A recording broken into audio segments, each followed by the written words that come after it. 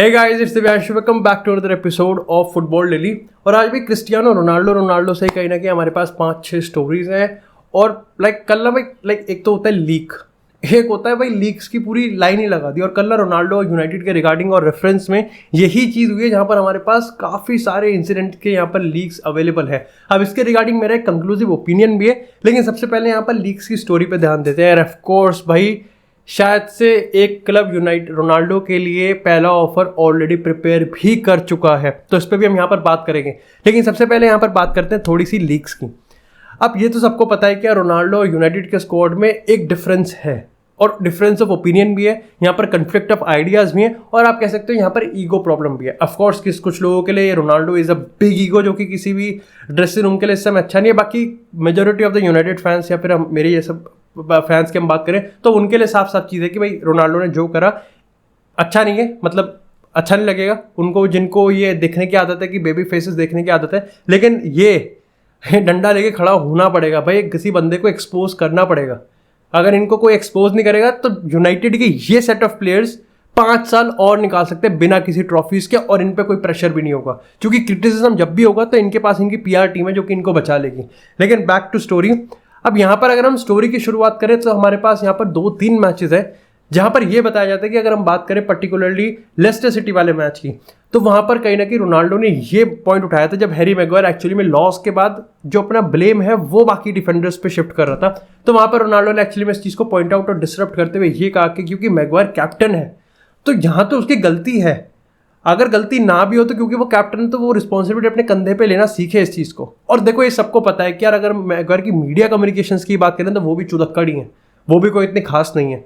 तो उसने dressing room में यही चीज़ कही, और यहीं पर ही कहीं ना कहीं हम कहें कि मैग्वायर और रोनाल्डो का जो रिलेशनशिप है वो काफ़ी ज़्यादा डिटोरेट होता रहा।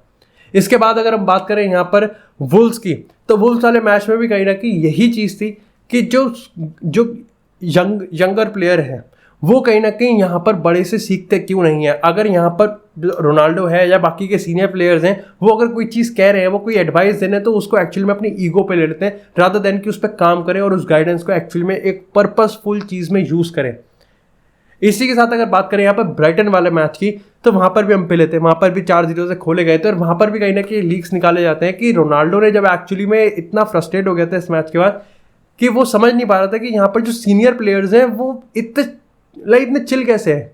यहाँ पर 4-0 से यूनाइटेड को पेला है ब्राइटन ने, और वो चिल है, वो कोई फ्रस्ट्रेशन नहीं है उनके चेहरे पे, कोई डिसअपॉइंटमेंट नहीं है, कोई गुस्सा नहीं कर रहा, कुछ भी नहीं कर रहा।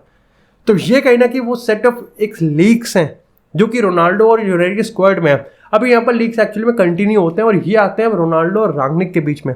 अब इनिशियली यहाँ पर ये एलिज किया जाता है कि रोनाल्डो ने कैप्टनसी खुद डिमांड करी थी, और ये चीज़ जब उसने रांगनिक और पूरे स्क्वाड को एक्सप्लेन करी तो वहाँ पर उसने ये रीज़न प्रोवाइड करा कि देखो यार, अभी जो हमारा करंट कैप्टन है ना, he is already under very मतलब हार्श क्रिटिसिज्म के अंडर वो आ रहा है, और ऐसे में जो उस पर प्रेशर है उसको ईज करने के लिए मैं कैप्टनसी लेने के लिए तैयार है, और मैं वो क्रिटिसिज्म लेने के लिए तैयार हूँ। लेकिन उसने यहाँ पर इस चीज़ को भी क्लियर किया कि अगर ये यूनाइटेड का सीजन जो कि हो गया है, अगर ये इस तरीके का चुदेगा ना, तो सिर्फ और सिर्फ क्रिटिसिज्म मैं नहीं लूंगा, और इसका जिम्मेदार मैं नहीं हूँगा, बल्कि पूरी टीम होगी, और पूरी टीम को रिस्पॉन्सिबिलिटी लेनी पड़ेगी।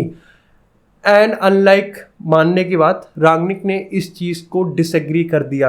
रांगनिक ने रोनाल्डो को यहाँ पर कैप्टनसी नहीं दी। उसके पीछे रीज़न कुछ भी हो सकता है, 1-2 का 4, 4-2 का 1, लेकिन हमको नहीं पता कि यहाँ पर रांगनिक ने उसको कैप्टनसी क्यों नहीं दी। इसी के साथ यहाँ पर रांगनिक और रोनाल्डो के बीच के हम रिलेशन की बात करें तो वो एक अलग लेवल पे नीचे आ गया जब यहाँ पर कहीं ना कहीं मैनचेस्टर डार्बी में, I think if I am not wrong, Manchester Derby में ही यहाँ पर रोनाल्डो को ना खिलाकर उसने पोग्बा और ब्रूनो फर्नांडिस को खिलाया था। और वहीं पर ही कहीं ना कहीं ऑफकोर्स यार, जो बिगेस्ट मैचेस होते हैं वहाँ पर रोनाल्डो जैसा प्लेयर तो एक्सपेक्ट करेगा कि मैं किसी भी कोच की टीम में सबसे पहला नाम होना चाहिए, जो कि स्टार्टिंग 11 में डलना चाहिए। और वहाँ पर कहीं ना कहीं रांगनिक ने एक्सपेरिमेंट करके रोनाल्डो को ही बाहर कर दिया था। और if you are active member of this channel तो आपको पता होगा कि एक स्टोरी थी जो हमने काफ़ी टाइम पहले डिस्कस भी करी थी, जहाँ पर मैंने आपको ये बताया था कि रोनाल्डो ने इस चीज़ को बिल्कुल क्लियर कर दिया कि वो यूनाइटेड में नहीं रहेगा अगर यहाँ पर राल्फ रांगनिक परमानेंट या फिर 1 साल के लिए और रहने वाला है। अब यहाँ पर I think as a manager की बात हो रही थी, या फिर अगर वो कंसल्टेंसी रोल में भी रहता तो है। बाकी हाउएवर मैं स्टिल बिलीव करता हूँ कि एज अ मैनेजर के रोल में आई थिंक रोनाल्डो बिल्कुल एंटरटेन नहीं करता। लेकिन इसका एक परफेक्ट एग्जांपल ये भी है कि शायद से विच मोर इंडिकेट्स कि रोनाल्डो एरिक टेन हैग के अपॉइंटमेंट से कितना ज़्यादा खुश था और कितना ज़्यादा ऑप्टिमिस्टिक था। हाउएवर उसके बाद तो जो सेट ऑफ इवेंट्स अलग ही लेवल पे चले गए थे। लेकिन इसी के साथ यार बात करते हैं थोड़ी सी ट्रांसफर अपडेट्स की। सबसे पहले बायर्न की बात करते हैं। तो आई थिंक अब यार बायर्न और रोनाल्डो के बीच में ज़्यादा कुछ बचा नहीं है बात करने के लिए, क्योंकि बिल्कुल क्लियर हो चुका है कि बायर्न और रोनाल्डो में से लाइक दोनों एक टर्म्स पे आ ही नहीं सकते। अब बायर्न में ये तो सच बात है कि Ronaldo is the topic of discussion in Bayern Munich, ये तो तय बात है, ठीक है। और यहाँ पर ये भी तय बात है कि जॉर्ज मेंडेस ने ये जो प्रपोजल है उसको सामने रखा भी है। लेकिन अगर टू मोस्ट पावरफुल लोगों की हम बात करें जो कि बायर्न म्यूनिख को इस समय कंट्रोल कर रहे हैं, तो उन्होंने यार इसको रिस्पेक्टफुल मैनर में इसको डिनाई कर दिया। उन्होंने कहा कि रोनाल्डो एक ऐसा प्लेयर है, Ronaldo is one of the greatest player, और वो एक ऐसा प्लेयर है जो कि लाइक हर टीम का बंदा, हर टीम का ओनर यहाँ पर चाहेगा कि वो उसकी टीम में है। लेकिन करंटली आई एम सॉरी, लेकिन बायर्न म्यूनिख की फिलॉसफी में रोनाल्डो सेट नहीं होता है। और यहाँ पर अगर हम प्रो बायर्न म्यूनिख के मीडिया चैनल्स की बात करें तो वो भी इस चीज़ को कहते हैं कि पॉसिबिलिटी बिल्कुल भी नहीं है। इवन इफ अगर लेवेंडोव्स्की छोड़ के भी चला जाता है तो भी कहीं ना कि रोनाल्डो टू बायर्न की पॉसिबिलिटी बहुत बहुत कम है, या शायद से है ही नहीं। अब इसके रिगार्डिंग जैसे मैंने कहा कि ज़्यादा कुछ बचा तो है नहीं बात करने के लिए, लेकिन एक पॉसिबिलिटी है, और वो ये है कि कहीं ना कहीं आई थिंक बायर्न ये मान के चल रही है कि अभी भी हमारे पास लेवेंडोव्स्की का होल्ड है, तो लेवेंडोव्स्की रहेगा। अब देखो यार, ये तो तय बात है कि लेवेंडोव्स्की ऑलरेडी चुदा पड़ा है, बिल्कुल ही खिसियाया पड़ा है, वो किलसा पड़ा है। तो ऐसे में अगर यहाँ पर बायर्न म्यूनिख रोनाल्डो की जरा सा भी हिंट दे देती है कि हम रोनाल्डो में इंटरेस्टेड है, तो लेवेंडोव्स्की और बार्सिलोना को एक इनडायरेक्ट मैसेज चले जाएगा कि ये डील तो अब इनएविटेबल है, तो हमको कुछ नहीं करना, हमको बस यहाँ पर बैठे रहना है। तो बार्सिलोना वो 10 मिलियन पे नहीं करेगी और लेवेंडोव्स्की अपना सपना नहीं छोड़ेगा, जो बायर्न बिल्कुल चाहती है। तो बायर्न ये भी चाहती है कि बार्सिलोना पे ही ना करे, और वो अल्टीमेटली ये चाहती है कि क्योंकि वो पे नहीं करेंगे तो हम एक्सेप्ट नहीं करेंगे, हम एक्सेप्ट नहीं करेंगे तो ये गंडवा यहीं खेलेगा।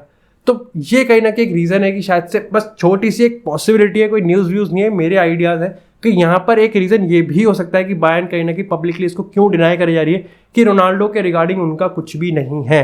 लेकिन इसी के साथ बात करते हैं biggest update of this episode, और वो ये है कि चेल्सी ऑलरेडी एक प्रिपेयर कर रही है offer for Cristiano Ronaldo.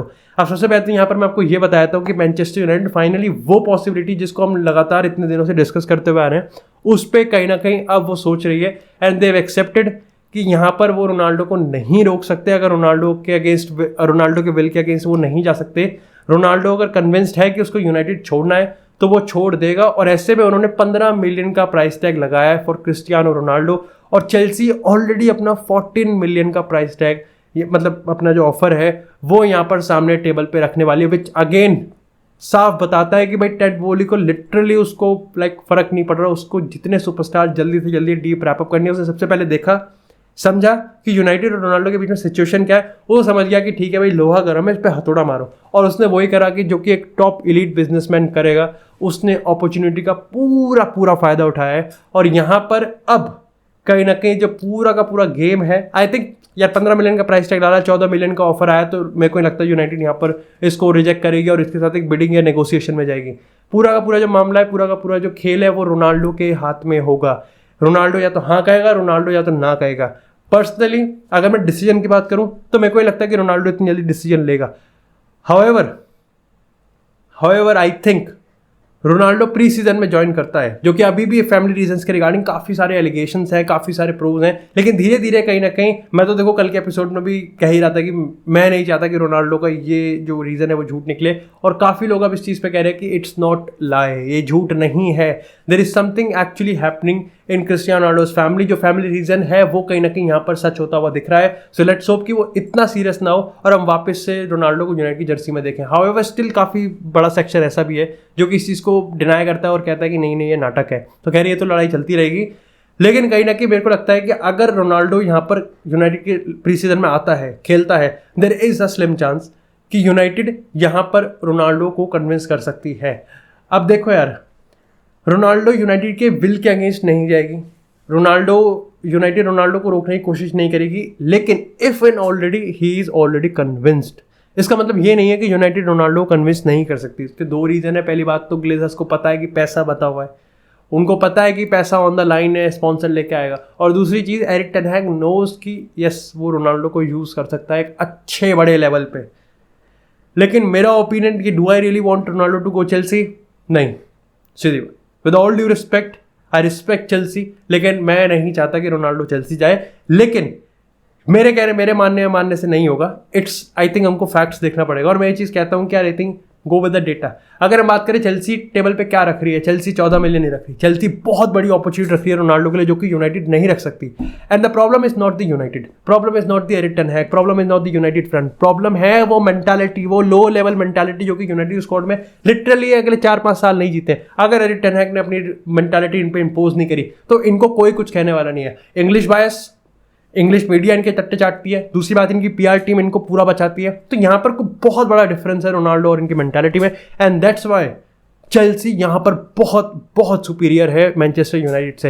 And यह आप में से काफ़ी लोग कह सकते हैं कि चेल्सी भी ट्रॉफी जीतने के लिए नहीं है, लेकिन it's not about actually winning trophies every single time, it's about competing at the very highest level with the highest mentality. आप वो करोगे तो ट्रॉफीज आ ही जाएंगी। हाँ मतलब ट्रॉफीज का भी है क्योंकि रोनाल्डो लास्ट में है, but still I think United में तो इनमें से कुछ भी नहीं है, सिर्फ एक चीज़ है और वो है यूनाइटेड फैंस और उसका एक हम कह सकते हैं इमोशनल अटैचमेंट। बाकी देखते हैं यार इसके रिगार्डिंग क्या सीन रहता है क्या नहीं रहता। लेकिन इसी के साथ यार बात करते हैं चेल्सी की एक और डील से जो कि वो कंप्लीट कर दी है, और वो है यहाँ पर रहीम स्टर्लिंग। 45 मिलियन के आसपास की डील होने वाली है between Chelsea and Manchester city.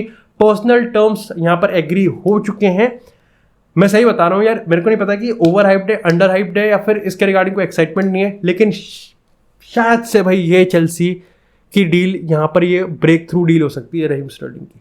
मैं बता रहा हूँ तुमको भाई, ये बहुत like breakthrough dark horse वाली डील हो सकती है। लेकिन एक इंटरेस्टिंग चीज़ जो कि मैंने नोटिस करी ना, वो यार ये भी है कि किस तरीके से एक्चुअली में पेप गार्डियोला ना लाइक अपने सिस्टम को क्रिएट करके रखता है। मैं रिपोर्ट्स में स्टैट्स पढ़ रहा था, इसके 130 गोल मारे हैं, मान के चल सकते हैं कि 200 से ज़्यादा का इसका गोल कंट्रीब्यूशन होगा, गोल प्लस असिस्ट का। 300 के आसपास इसने गेम खेले। मैनचेस्टर सिटी में एक बंदा 300 गेम खेलता है, 200 से ज़्यादा गोल कंट्रीब्यूशन करता है। जस्ट इमेजिन कितना इंपॉर्टेंट पार्ट है ये पेप गार्डियोला के पूरे पजल का। 7 साल ऑलरेडी हो चुके हैं, यानी कि 2015 से लेकर 2022 तक अभी तक है। उसके बाद आया था Pep Guardiola, but still Pep Guardiola ने इसको पूरी तरीके से यूज़ किया, और पेप गार्डियोला के कान में जू तक नहीं देगी कि ठीक है रहीम स्टर्लिंग जा रहा है। And this is how elite Pep Guardiola का सिस्टम है। ऐसा नहीं है कि चेल्सी ने एडन हज़ार्ड को निकाल दे फिर ढूंढ रहे मार्केट में अच्छा इसको कौन रिप्लेस करेगा, या फिर मैनचेस्टर यूनाइटेड यहाँ पे किसी प्लेयर को निकाल दिया फिर सोच रहे कि अच्छा इसको कैसे रिप्लेस करें। रियल मैड्रिड रोनाल्डो को सेल कर दिया फिर सोच रहे कि अच्छा इसको कैसे रिप्लेस करें। खैर उनका तो खैर इन हाउस रिप्लेसमेंट आ गया, बेंजीमा ने स्टेप अप कर दिया, बट स्टिल कह सकते हैं कि उन्होंने भी रिप्लेसमेंट ढूंढी थी ट्रांसफर मार्केट में। तो यहाँ पर कहीं ना कहीं साफ पता चल रहा है कि उनका जो सिस्टम है इलीट है भाई। फिल फोडन है, ग्रिलिश है, एंड देन और यहाँ पर ये भी पॉइंट नोट करने वाली बात है कि यहाँ पर ऑलरेडी वो फेरन टॉरस को सेल कर चुके हैं एक कुछ टाइम पहले। तो ये एलीट सिस्टम बहुत एलीट है, that is very very impressive on अब लाइक अगर हम बात करें पेप गार्डियोला के रेफरेंस से। लेकिन इसी के साथ यहाँ पर बात करते हैं अब थोड़ी सी डिलीट की। अब ये डिलीट का जो सिस्टम है ना, जो केस है भाई, वो पूरा बेस होगा, लाइक पूरा सट्टे वाला केस है। अब देखो यार, इस डील को समझने के लिए ना आपको दोनों पार्ट समझने पड़ेंगे। देयर आर 2 थिंग्स जो कि एक डील को कंप्लीट करती है। पहले चीज़ अगर हम बात करें, पहली पार्टी है यूवेंटस की। वो किसको एंटरटेन करेगी भाई? देखो वो उसको एंटरटेन करेगी जो पैसा ज़्यादा देगा। पैसा ज़्यादा देगा, पैसे की हम बात करें तो या तो बायर्न देगी या फिर चेल्सी देगी। और यहाँ पर कहीं ना कहीं आई थिंक चेल्सी का फ्रंट फुट पे है, क्योंकि चेल्सी के पास पैसा है। और दूसरी चीज़ जैसे मैंने कहा कि उनका एक ओनर है जो कि सारी चीज़ संभाल रहा है, उसको चाहिए जल्दी, है ना। दूसरी पार्टी है यहाँ पर डिलीट की। अब डिलीट किसको एंटरटेन करेगा? अब देखो यार, वैसे तो काफ़ी न्यूट्रल है, इट्स वेरी कंफ्यूजिंग। अब ये तो लाइक एक एक्सट्रीमिस्ट जो होते हैं बायर्न के, वो कहेंगे बायर्न में आएगा, जो कहीं एक्सट्रीमिस्ट होंगे चेल्सी के वो कहेंगे चेल्सी में आएगा। लेकिन अगर हम थोड़े से रिलायबल की बात करें तो हम कह सकते हैं कि जो डिलीट की क्लियर आउट नहीं, लेकिन कहीं ना कहीं जो उसकी प्रेफरेंस है वो बायर्न म्यूनिख है, वो बायर्न में खेलना चाहता है। अब इसका मतलब ये नहीं है कि वो चेल्सी में नहीं खेलना चाहता या फिर चेल्सी का प्रोजेक्ट बेकार है, इट्स जस्ट कि वो बायर्न को ज़्यादा प्रेफरेंस देगा। हाउएवर, जैसा मैंने कहा कि दोनों ही चीज़ों को साइड बाय साइड लेके चलना है, एंड चेल्सी में कन्विंस द प्लेयर। अब अगर हम बात करें कि पर्सनली मैं कहाँ देखना चाहूँगा, I think de Ligt to Bayern would be absolutely a world class deal. लेकिन अगर हम नीड की हम बात करें तो चेल्सी को डिलीट की ज़्यादा ज़रूरत है, कंसिडरिंग द फैक्ट कि कुलिबाली क्या केस अभी नहीं पता, जो कि शायद से यूवेंटस जा सकती है कुलिबाली के लिए। कुंडे की हम बात करें तो यहाँ पर बार्सिलोना जा सकती है। तो डिलीट एक बहुत बड़ा प्रोजेक्ट है, उसमें बहुत बड़ा पैसा लग रहा है और यहाँ पर चेल्सी को ज़रूरत भी है। बाकी that's it for this episode guys. I hope आपको एपिसोड पसंद आया। एपिसोड को लाइक करें, चैनल को सब्सक्राइब करें, आपको इसी तरह फुटबॉल से एक्सक्लूसिव कंटेंट और चाय मिलती रहेगी। तब तक के लिए stay tuned, stay safe, and I will see you in the next episode.